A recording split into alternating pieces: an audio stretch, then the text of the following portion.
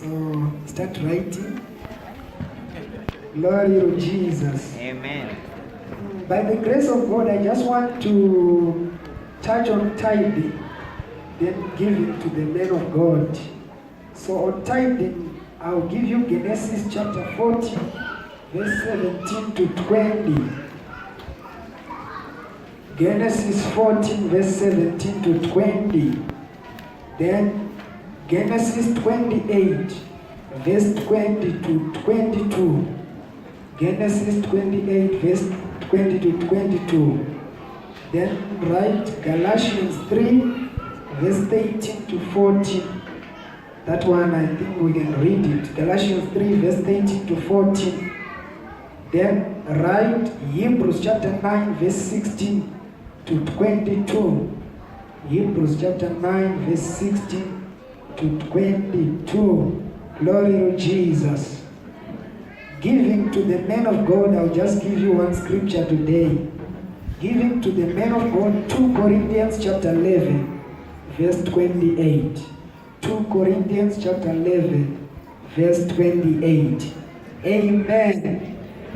If you read Galatians 3, verse 18 to 14, it says, Christ has redeemed us from the curse of the law, being made a curse for us, as it is written, cursed is he that hangs on a tree, that the blessing of Abraham might come unto the Gentiles through faith, that we might receive the promise of God. Amen. Amen. Glory to Jesus. Amen. So since you wrote the scriptures, I think that's enough for now. I will not read some scriptures.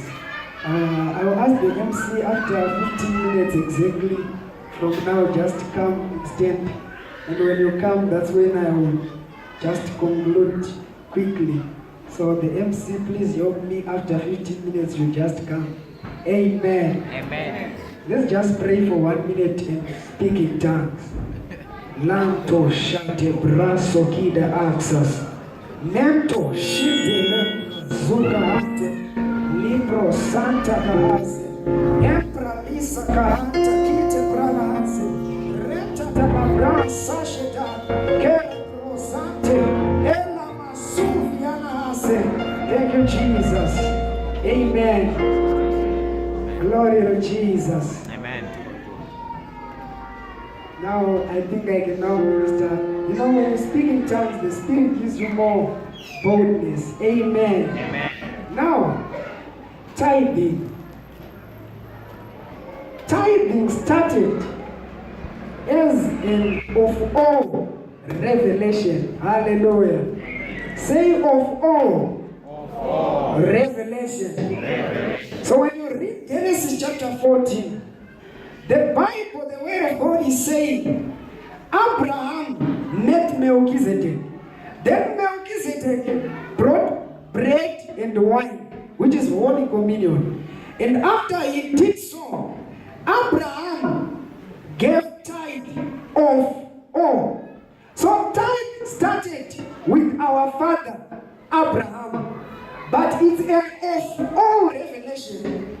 So if you pay 9%, you did not tithe. God will not say it's better. Hallelujah. And because it's an of all revelation, Father Abraham knows I have to give tithe of everything. Meaning he knew the necessity of tithe. He knew how much it's important to God, such that he didn't give tithe of money only, but he gave tithe of all. So when you see them giving tithe of all, it means they are placing emphasis on tithing. This is Abraham and you. Now Genesis 22 wrote, this is a son of Abraham. This is a blood son, and you are a son by faith. Glory to Jesus.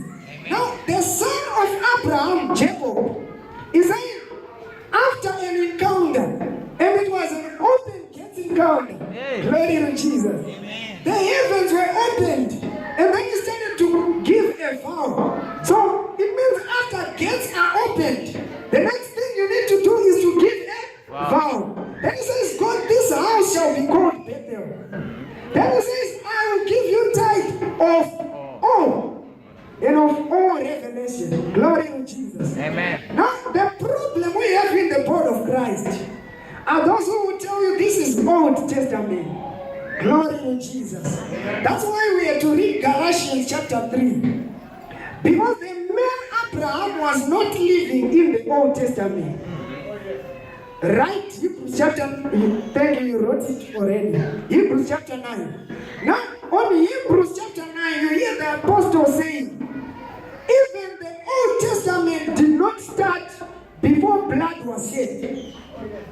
So Abraham was not in the Old Testament because there was no blood that was shed. Then he continues on that scripture you wrote, and he says, Moses gave people all the precepts.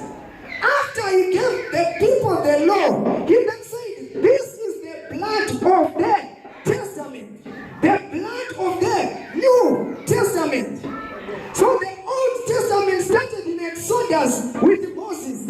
So when Abraham is tithing, and he's giving tithe of all, and his son Jacob is replicating the idea in the same way Abraham did it, to emphasize that what Abraham did was not a coincidence.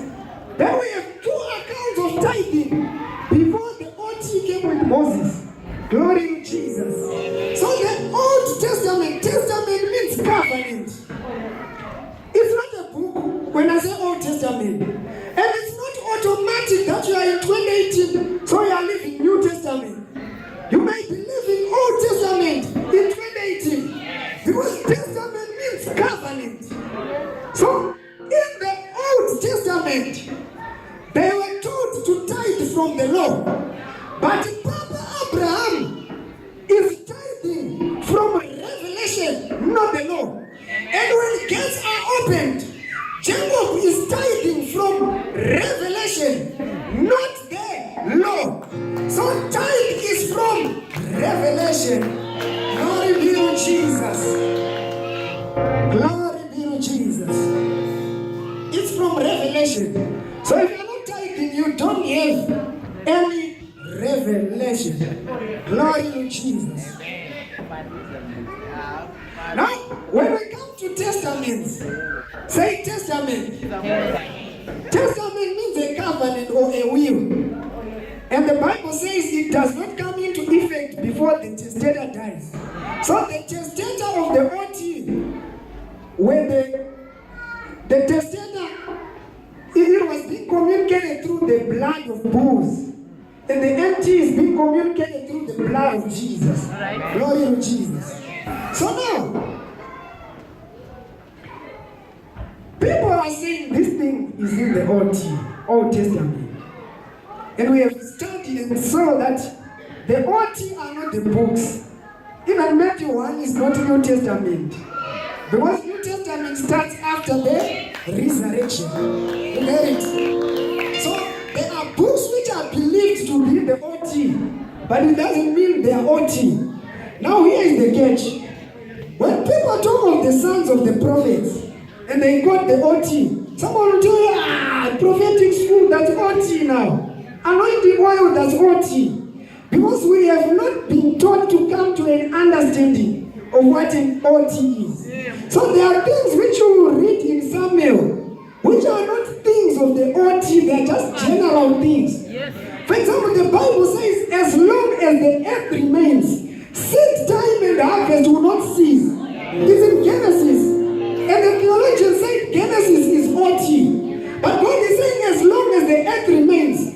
So that it will only work as long as there is earth. No matter OT or AT. Right? Glory to Jesus. So there are principles which will still work whether you read it in Samuel or what book. Because the OT is a covenant. And we have to understand that when we say OT, empty, there is a context with which you quote those things. You don't say we are talking of the prophetic, then you quote it Old Testament. No. When Apostle Paul was talking of the testaments, like in Hebrews 9, he was dealing with context of sin. So these testaments are only different if the context is dealing with sin. It is not sin. It still applies even in our days. Glory be to Jesus. I think we are good to go. You now time. Amen. Now, 2 Corinthians chapter 11, verse 28. Given to the man of God. On this scripture, Apostle Paul is saying, let me give you a background. He was saying, guys, there are people who are challenging me like in ministry. They are taking me for granted. Then we start to give a CV of his muscles in ministry. And then he says, in terms of fasting, he says in fastings often, like our prophet here. He speaks of a lot of things, just telling them how much he's a great man of God. Then he says, let me not just mention things that are without. Let me tell you guys, I'm receiving daily things from the churches, all the churches. So in other words, Apostle Paul is saying, if I be a great man of God, I cannot finish my CV without mentioning the monies I'm eating from the congregants. You know, it is in your Bible. Philippians 4, he even says, I received the things which Epaphroditus gave. So the great men of God in the Bible were eating man openly. Why are you following a man of God who wants to eat with some trickery? With some trickery. You don't even know that the man of God is eating. When God is saying, guys, I'm doing it daily.